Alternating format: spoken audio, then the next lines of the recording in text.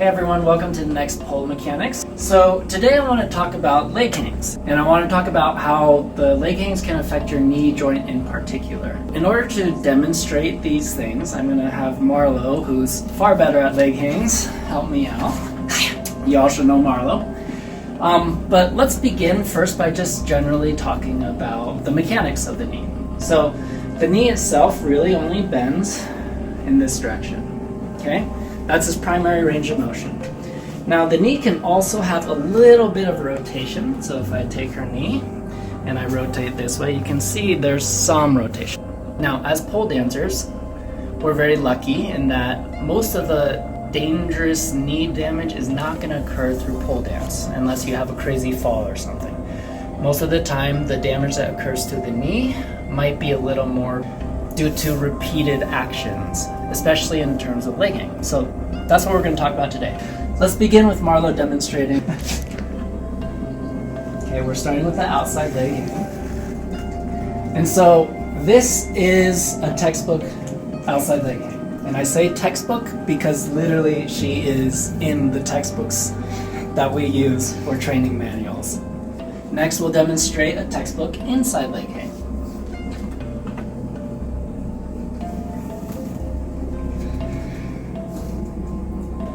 When we're dealing with pole, we're basically talking about a rigid piece that is not mobile, and we're wrapping our body around it in these configurations, especially with leg hangs. The pole is pushing this way into the tibia here, at the proximal tibia, okay? The pole is pushing the femur in the opposite direction. So on top of that, there's a little bit of this rotation we talked about that's applied. So most of the pressure here is going in through the fibula in this direction, okay?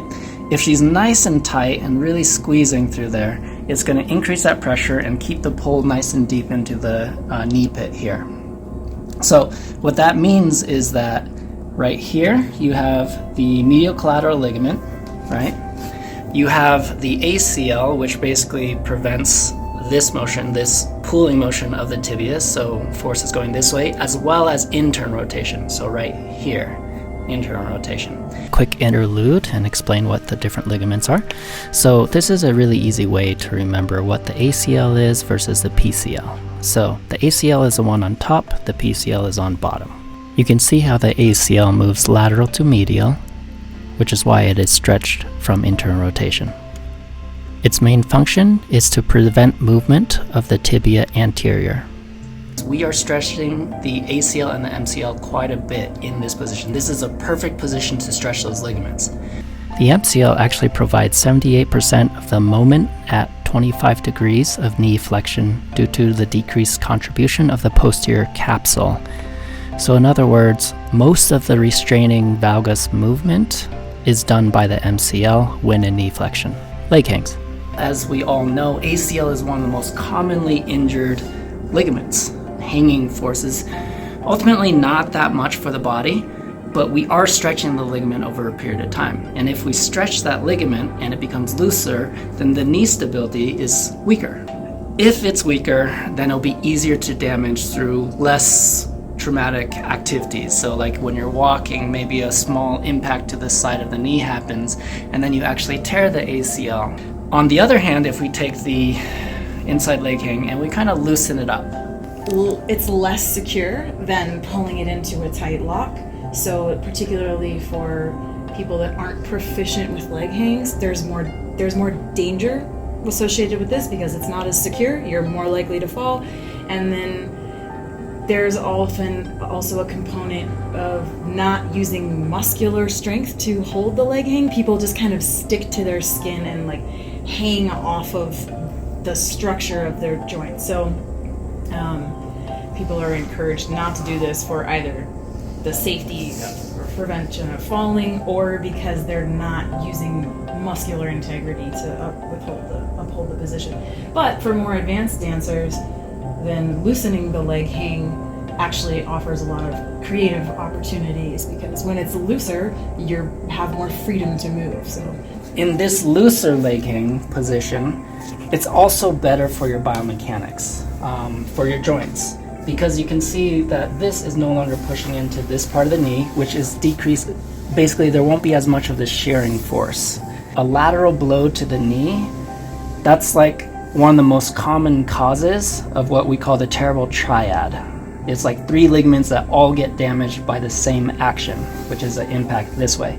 So essentially, a leg hang is aggravating all the ligaments involved with the terrible triad. However, if it's up here, or closer to the ankle rather, what you're seeing is that there's less shearing force here, and then the hang is going to happen more to the middle part of the skin here. To come into a tight leg hook, you have to have a lot of active external hip rotation, which people don't tend to have. Like, to be able to create this active external rotation in the hip, it requires a strength and a range of motion that a lot of people don't have. So if you don't have this range of motion in the hip and you start pulling into a secure hook, then there's even more twisting that's going to happen at the knee joint. So having control over movement at the hip joint is actually really essential for safe leg hanging, because your knee is going to take on the lack of range at your hip. It's a great angle. So you can see the pull coming in here. You can see the rotation of her hip in order to keep it secure and to decrease the amount of shearing force on the pull into her knee. Now let's take a look at the loose, or the more transitionary inside leg hang, which is closer to the ankle. Boom. And you can see through the space here, this knee is fairly well in alignment. There's only a little bit of force coming in. By having the contact close to the ankle, the pressure on the medial knee is completely mitigated, and if anything, it turns into a varus force rather than a valgus force. This way. And she can, of course, still make it absolutely beautiful. In an outside leg hang, the hip is not attached to the pole, it's farther from the pole, and therefore it has more range of motion made available to it in comparison with the inside leg hang. This means that it is easier to get the back of the knee onto the pole from the outside leg hang. The force is more universally pulling in this direction, which will pull on the skin, but it won't actually necessarily damage the knee joint itself. You have this calf muscle right through here, and if she were actually hanging from it and she begins twisting and pulling down here, you can see how it tractions into the calf muscle and less actually directly into the joint here. That is another reason why I would consider the outside leg hang to be a safer leg hang in general for long-term knee ligament health. Right after I said this, Marlo had a suggestion on a modification to decrease the stress on the knee. What I do in an inside leg hang is rotate my pelvis like outwards this way. Yeah. It's different than when I'm here and pulling down.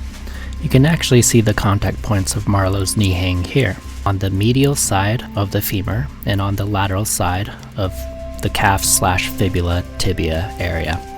And that is what is creating the shearing force, and that is what we are most concerned about. You can also see how it can create rotation.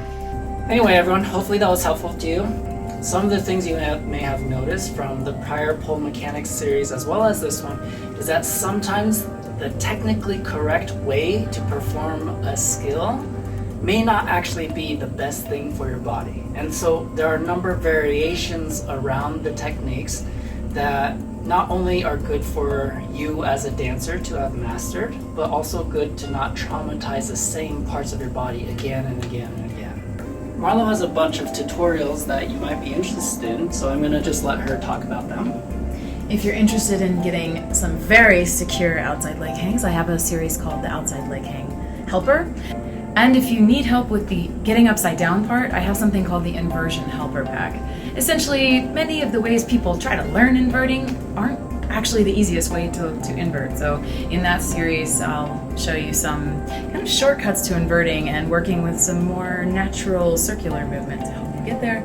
And though it wasn't covered in this video, I also have a brass monkey helper pack, so you can get some very secure brass monkeys. Alright guys, thank you. We'll see you next time. Going down!